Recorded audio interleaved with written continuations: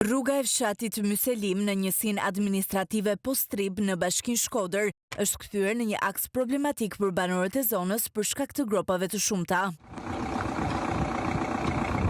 Ndërkohë që situata bëhet më problematike edhe për ata banorë që lëvizin me biçikleta, ata i bëjnë apel Bashkisë së Shkodrës që të ndërhyjë në rikonstruksionin e rrugës, e cila prej shumë vitesh, përveç hedhjes së zhavorit, nuk ka parë dorën e rindërtimit të saj të plot me asfalt. Rruga është shumë keq. S'kan vu dorë që gropat me zhavor i mbrojnë, po ka 2-3 vjet si kanë një makinë asfalt prej aty e deri te shkolla në Bardhaj.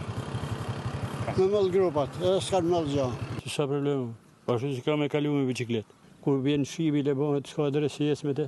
Bënin çfarë bënin për paravatim me tek rrugë pa.